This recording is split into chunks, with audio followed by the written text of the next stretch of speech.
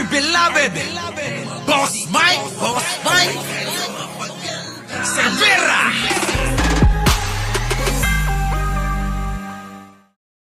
Magandang umaga, magandang hapon at magandang gabi sa mandako ng mundo, naroon kayo. Siyempre, magandang buhay na rin para sa ating lahat. Eto na nga, nakos. Alam nyo, mga kababayan, kawawa naman si Presidente, no? Kawawa si Presidente Bongbong Marcos. Grabe. Oo. Dahil yung mga yung mga kapalpakan ng nakaraang administrasyon, sa kanya nasisisi. Oo. Kay Pangulong Bongbong Marcos ang sisi lahat eh. Tulad niya, niyang usapin dyan sa pagmodernisasyon ng lumang jeepney. Ngayon nagwawala itong mga grupo ng mga tsuper. Ang may kasalanan dyan si Digong eh. Ano pa magagawa ni Pangulong Bongbong Marcos dyan kung tapos na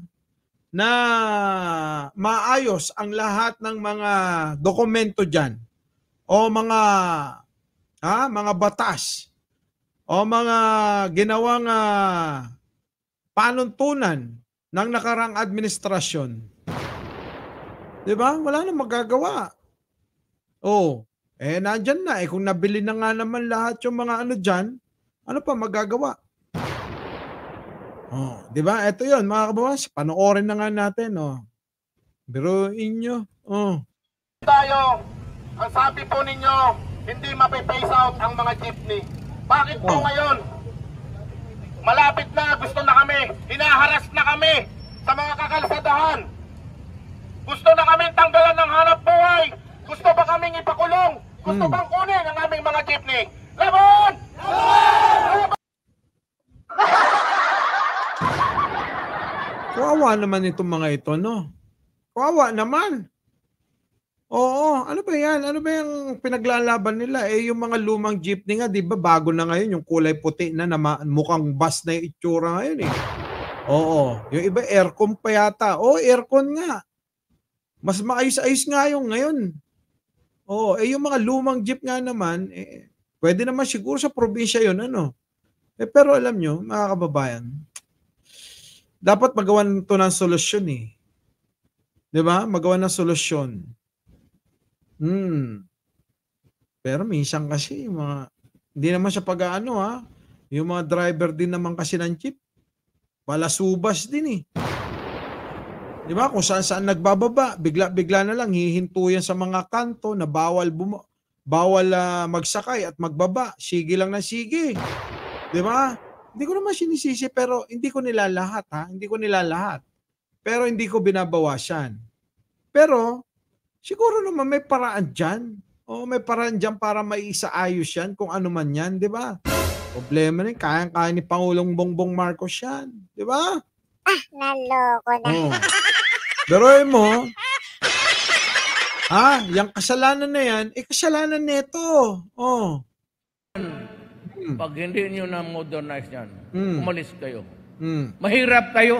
Putang ina, sige.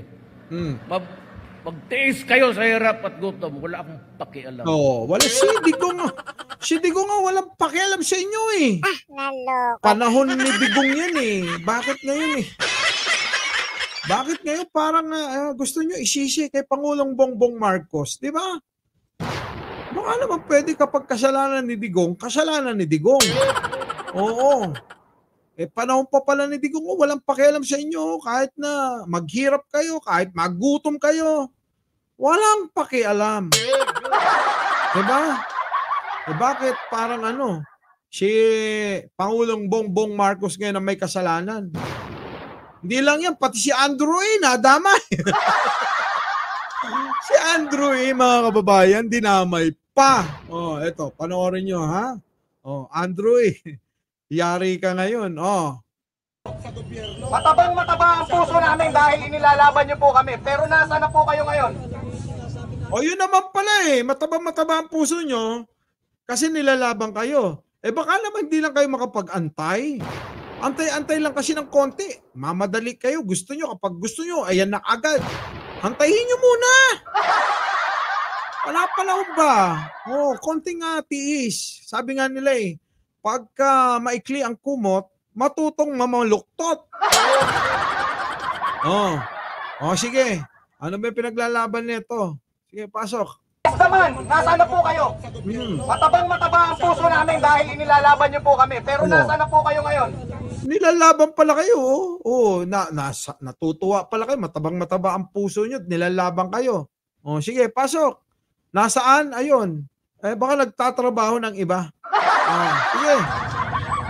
Pananawagan ako sa'yo. Wala bang media dyan? Sa'yo, Andrew E.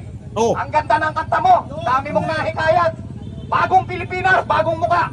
Ayun naman totoo naman Paano magiging bagong muka kung hindi kayo papayag na mapalitan yung mga lumang jeep at dalhin na lang sa mga probinsya? Di ba? Para magkaroon ng bagong muka. Sabagay, hindi naman proyekto ni Pangulong Bongbong Marcos yan Biruin nyo, pati si Android, dinamay nyo. Pasok. Pero nasaan na po kayo ngayon?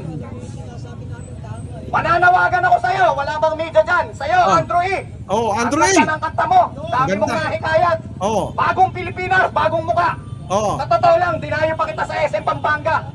Dinayo pa raw. Sa totoo lang. Andrew E, nasaan ka na? Bakit di ka lumulutang sa mga rally?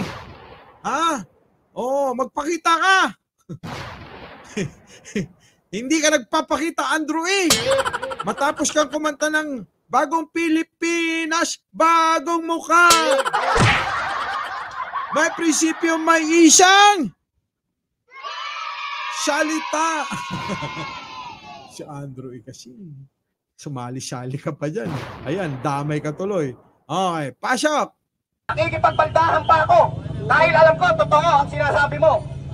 Totoo daw. Naniwala sa'yo. Totoo naman sinasabi Ano ba pinagsasabi nito? Sa'yo, Andrew E.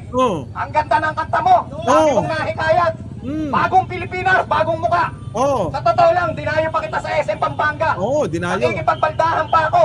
Dahil alam ko, totoo ang sinasabi mo. Bagong Pilipinas, bagong muka. May isang salita. Nasaan na po ba yung isang salita? Kulang! Yung prinsipyo, may prinsipyo, may isang salita. Ganun yon. Kulang si kuya. Akala ko ba naman dumayo ka. Hindi mo pala kabisado yung kanta, tuloy. Hindi kaya dapat, Andrew E. Bahin mo na yung kanta mo. Parang wala namang katotohanan yung mga sinabi mo. Andrew E. Nangako. Ikaw pala nangako Singilin nyo si Andrew E. Nangako siya. Diba? Si Andrew pala nangako. Kuya, si Andrew wala namang kinalaman dyan. Ito, sisihin nyo. Ito. Pag hindi nyo na modernize yan, umalis kayo. Mahirap kayo. Putang ina. Sige. Magtiis kayo sa hirap at gusto. Wala akong pakialam. Di ba? Ito kasi. Bakit yung sinisisi si Andrew Bakit yung sinisisi si Presidente? Grabe naman kayo, Di ba mga kababayan? Kayo, tawa-tawa lang. Naloko na. Baka naman hindi pa kayo like, share, and subscribe mga boss Maliit na bagay lang yan, pero malaking bagay yan sa atin. Pero bago tayo magpaalam mga kababayan, huwag niyo pong kakalimutan ulit mag-like, mag-share at mag-subscribe. At mag-comment na rin po kayo kung ano masasabi nyo rito sa mga ito at bakit sinisisi sa Pangulo at kay Andrew E. ang hindi naman sila ang may author. Diba? Si dating Pangulong Duterte. Yan, sisihin nyo. Muli, Mike Cervera po, laging nagpapaalala, mahalin natin ang ating kapwa, pagdasal natin lagi ang ating bansa. Magandang umaga, magandang hapon, at magandang gabi sa mandako ng mundo. Naroon kayo, syempre, magandang buhay na rin para sa ating lahat. Our beloved Boss Mike Cervera.